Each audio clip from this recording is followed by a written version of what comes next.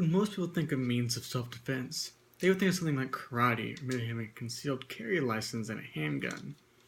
Most wouldn't think of swords. Swords have been used for defense in war since about the 3rd century BC, according to Knight's Edge LDT. Even with this long history, swords have seemed to fall out of style and be in use by the average person, especially since guns have become more readily available to the common people. Every person has the right to bear arms in the United States, yet this only applies to the likes of firearms, not swords, except in Texas very recently or California as long as it's out in the open. If firearms, which in 2012 killed over 8,000 people, are allowed in public in the United States, then why aren't swords or other long, fixed-bladed weapons? Swords have been used for combat, sport, and self-defense since the 30th century BC, during the Bronze Age.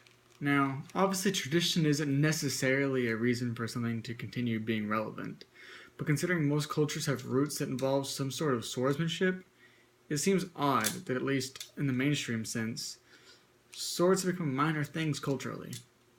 Along with the decline of sword culture, there's also been a decline in the sport of fencing.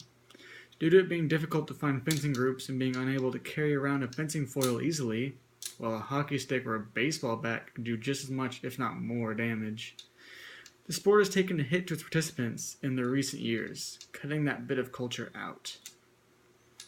It makes sense that firearms become widely used by the military and for hunting purposes, but why can't the average US citizen carry around a weapon designed for the military, but not a weapon designed for personal defense, with cultural significance to boot?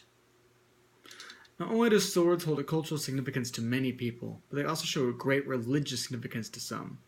For example, the religion of Sikhism requires its followers to always have the 5 Ks, which are articles of clothing, on their person at all times. The 5 Ks are the Kesh, the Kanga, the Kara, Gachera, and the Kirpan, which is actually just a short sword. There have been many instances of the followers of the Sikh religion being persecuted for having their kirpans on their person, causing an infringement on their freedom of religion.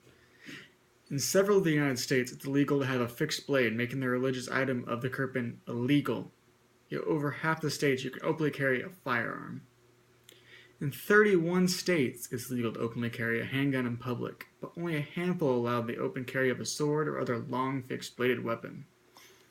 It seems strange, especially when you consider the numbers when it comes to harming others or yourself with said weapons.